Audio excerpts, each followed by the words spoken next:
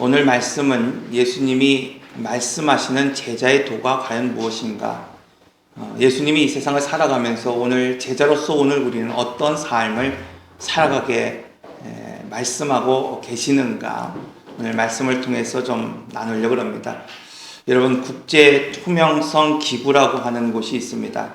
매년마다 전 세계에 있는 나라를 대상으로 국가의 건전도, 투명성에 대해서 발표하고 있습니다.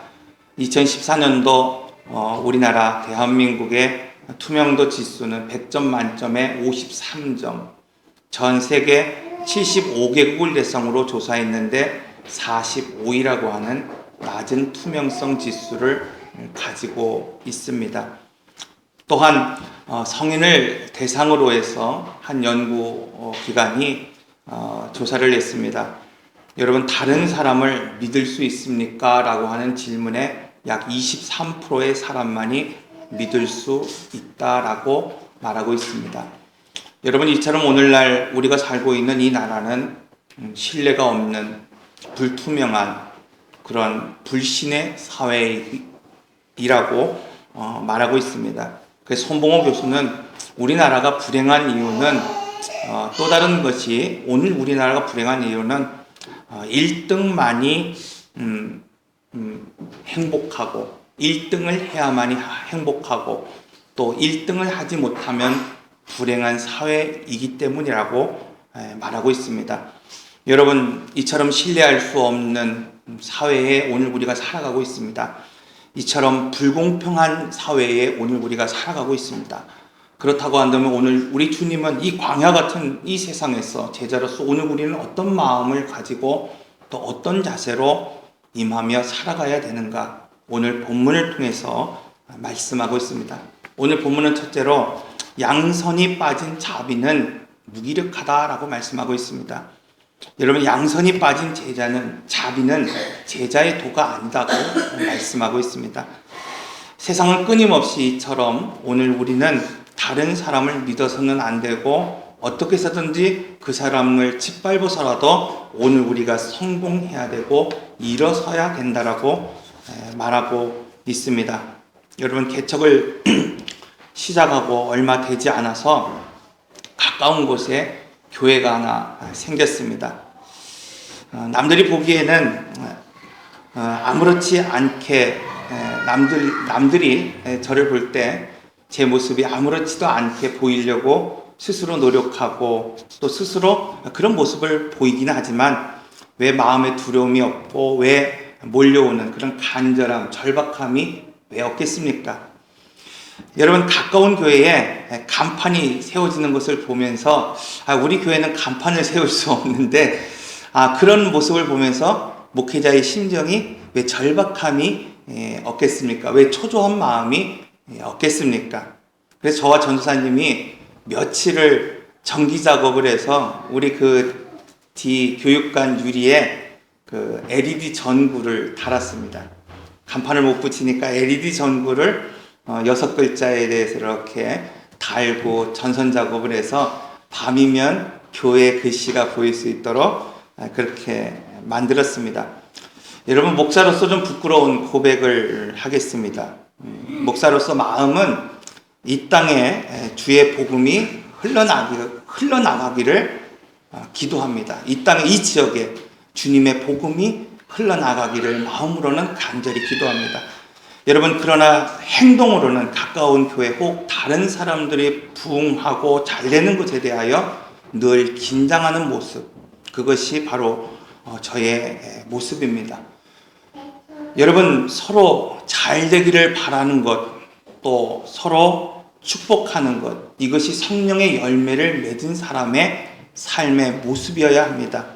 그런데 마음과 달리 행동은 목사였고 제자였다고 말하고 있지만 그렇지 못할 때가 참 많았던 것을 생각하게 합니다.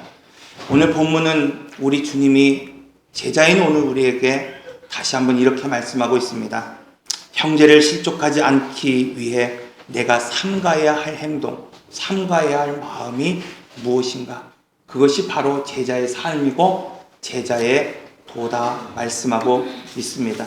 그런 관점에서 우리는 자비와 양선이라고 하는 이 성령의 열매를 결코 빼뜨려서 생각할 수 없습니다. 여러분, 자비라고 하는 것은 성령의 열매의 5번째 열매라고 말씀하고 있습니다. 크레스토테스라고 하는 이 헬라어, 이 뜻은 물건에 쓰일 때는 탁월함이라고 하는 내용을 담고 있습니다. 반면에 사람에게 쓰일 때는 선함, 순전함, 친절한 의미로 담고 있습니다. 이것을 정리하면은 자비라고 하는 것은 어떤 것이냐? 한마디로 친절한 성품이라는 거예요. 여러분, 오늘 우리가 성령의 열매 가운데 자비한 마음이 있다고 하는 것은 뭐냐면 오늘 우리의 마음 가운데 친절한 그런 성품이 있는 사람이 자비한 사람이고 자비의 열매를 맺은 사람입니다. 둘째로 다른 사람에게 기꺼이 봉사하고자 하는 선한 마음을 가진 그 마음, 이것을 성경은 자비라고 말씀하고 있습니다. 그런데 오늘 본문은 이렇게 말씀하고 있습니다.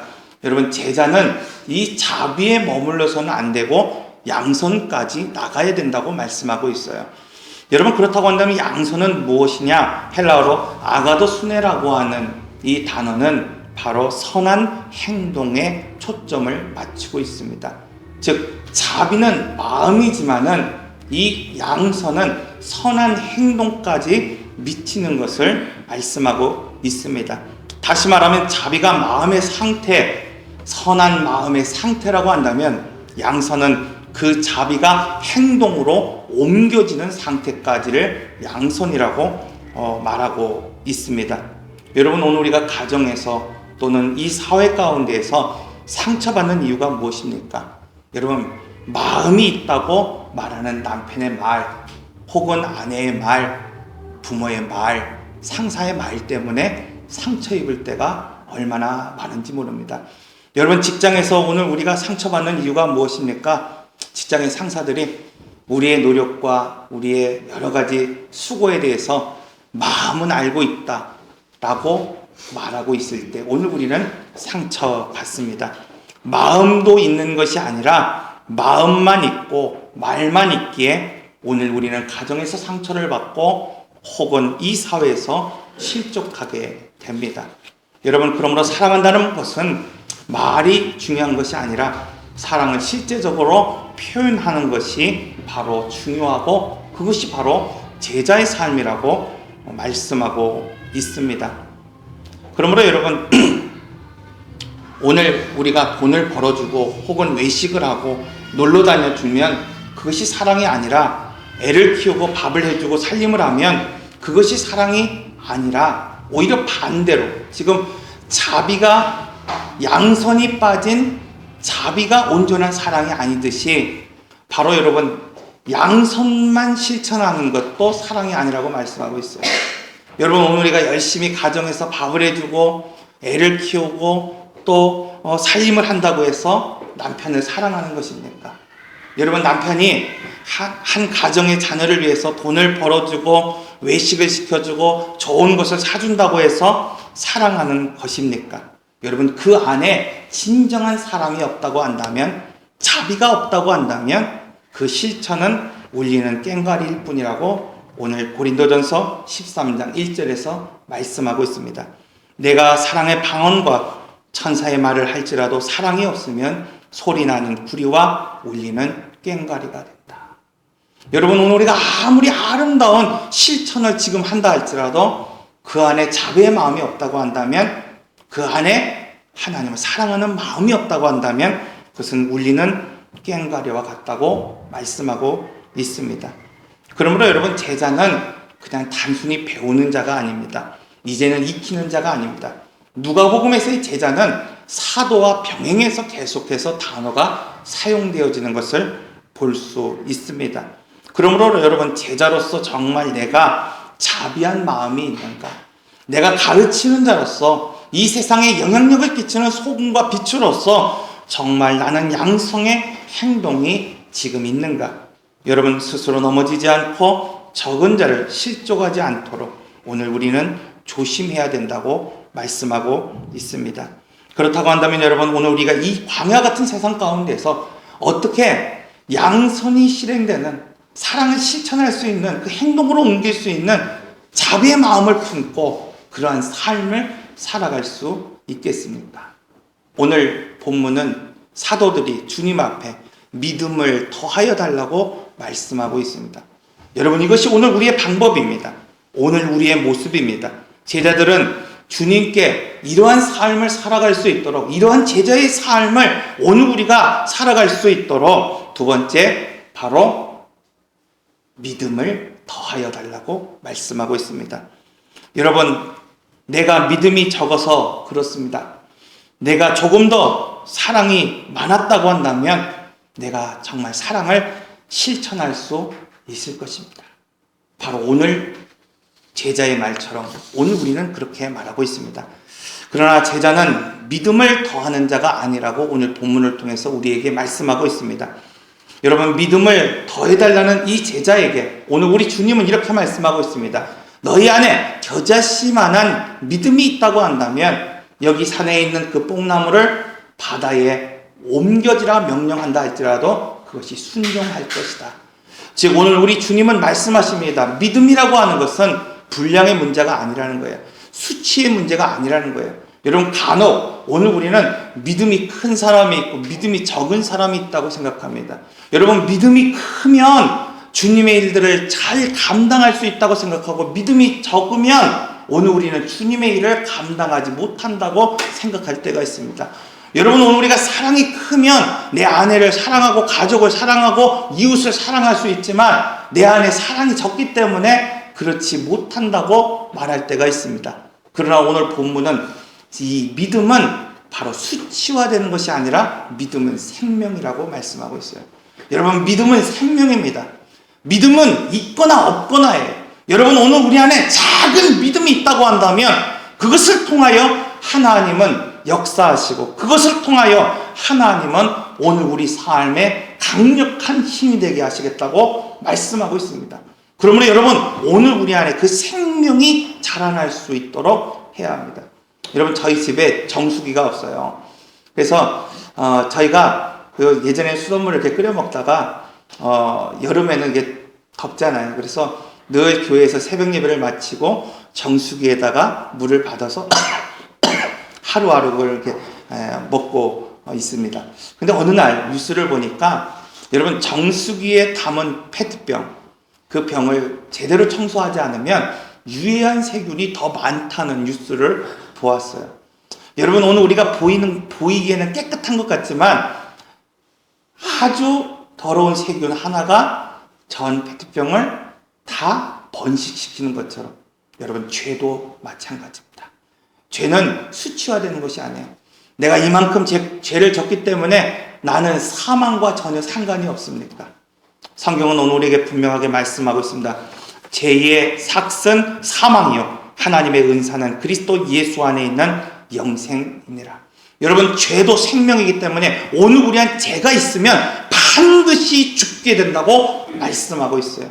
여러분, 그러므로 오늘 우리가 이 믿음을 가지고 죄를 가지고 이것이 수치화되는 것이 아니라 바로 생명이라는 것을 잊지 말고 여러분, 오늘 바로 이 믿음을 가지고 이 세상 살아갈 때에 여러분, 그 생명의 믿음이 바로 오늘 우리에게 제자의 삶을 만들어 간다고 말씀하고 있습니다. 누가복음 17장 6절의 말씀, 주께서 이르시되 너희에게 겨자씨만한 믿음이 있다면 이 뽕나무더러 뿌리가 뽑혀 바다에 심겨라 하였을 것이요 그것이 너희에게 순종하였으리라. 하나님이 역사하시는 믿음은 더하는 믿음이 아닙니다. 여러분, 하나님이 역사하시는 믿음은 생명이 있는 믿음입니다. 오늘 우리가 겨자씨만한 생명이 우리 안에 있다고 한다면 오늘 이 주님의 말씀처럼 우리는 제자의 삶을 살아갈 수 있습니다. 하나님 여러분의 큰 믿음을 요구하는 것이 아닙니다. 여러분, 적은 믿음이 있을지라도 오늘 우리는 사랑을 실천할 수 있다고 말씀하고 있습니다. 여러분, 이 시간 주님이 주신 이 말씀을 다시 한번 생각하면서 여러분, 내 안에 생명이 있는가? 내 안에 믿음이 있는가? 내 안에 사랑이 있는가? 나는 정말 양산이 빠진 그러한 자비한 마음만 있지 않은가? 여러분, 다시 생각하면 오늘 우리 주님이 말씀하신 제자의 삶, 그런 삶을 살아가는 여러분의 삶이 되시기를 바랍니다. 기도하겠습니다.